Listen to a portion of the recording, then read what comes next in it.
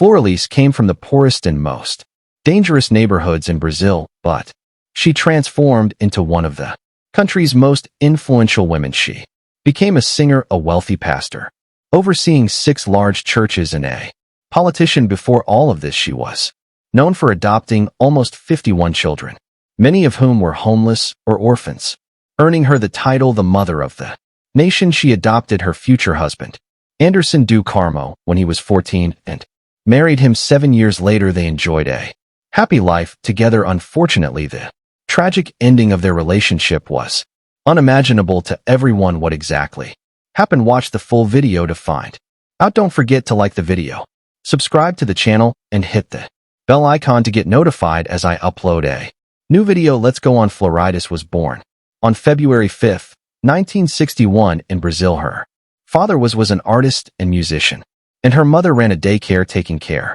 of children from the community in their home. However, this was no ordinary middle-class upbringing. The family lived in one of the largest favelas in Rio de Janeiro. If you've ever seen a movie set in Rio and admired the bright colors of the buildings perched on the steep hillsides, those are the favelas from a distance. They may seem like charming homes, but up close you can see the buildings are a bit unstable, lacking maintenance, and constructed illegally over the years.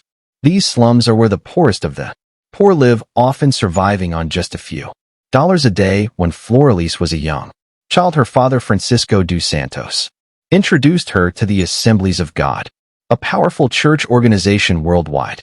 Her family took their faith seriously, and her father started prayer groups in their home. Flordelis, who loved to sing, happily joined in with her exceptional singing talent. She was frequently invited to lead worship at the front of the church. As a teenager, she followed her father's example and began hosting her own prayer groups at the age of 14. Flordelis faced a severe test of her faith when her father and brother died in a car accident. Left alone with her mother, Flordelis had to take on the role of provider for her family. She found a job at a bakery and sang at her mother's church in her free time. In her early 20s, she married a man, though not much is known about him, and together they had 3 children. However, by the time Flordelis turned 30, her husband was no longer in the picture, and she raised the children on her own. During the day, she ran the daycare with her mom looking after the children, and on weekends she continued to minister to her congregation. During that time, the crime rate in her hometown was extremely high, leading to many children being left homeless on the streets due to widespread violence. In response, Flordelis began inviting these children into her home and adopting them. The kids she welcomed weren't only those who were abandoned or homeless. In fact, she allowed any child who wanted to come to her house to stay. She had no rules, no boundaries, and the adoptions weren't anything close to formal. She acted as a savior, rescuing children from their troubled environments, offering stability, and providing opportunities they wouldn't have had otherwise. Among the children Flordelis adopted was her future husband, Anderson do Carmo, who was 14 years old at that time. While she was 30 years old, Anderson began dating Florala's daughter, Simone dos Santos Rodrigues, even though they were technically considered siblings since Flordelis had taken Anderson in as her son. However, the relationship did not last long. Soon afterward, Anderson became Florala's favorite, and all the other children realized that he received special attention right from the beginning. Over the following years, Flordelis and Anderson grew closer, regardless of when their romantic relationship started. By the time Anderson turned 21, they were married. At that point, Flordelis had 5 adopted children and her 3 biological children living with her and her husband permanently. A year later, she adopted 37 children, 14 of whom were just babies.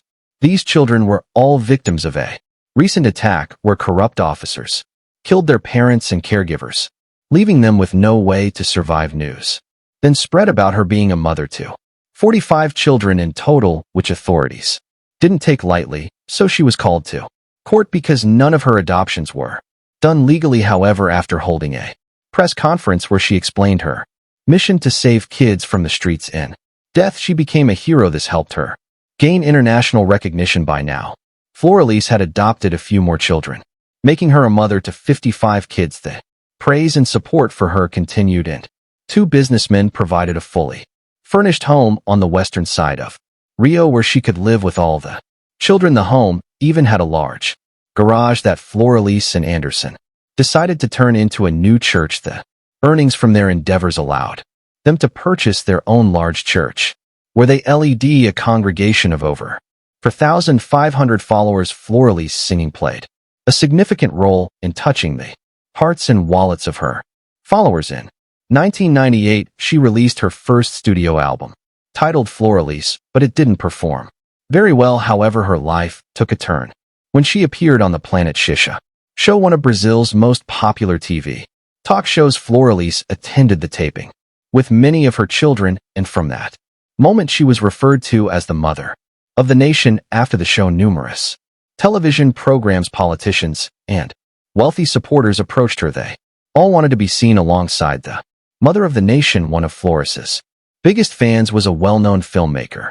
After visiting the favelas with Flordelis, he decided to create a biographical film about her and the positive impact she had on the favelas and her many adopted children. In October 2009, the film premiered at Rio's International Film Festival, and Flordelis' family received a red carpet reception.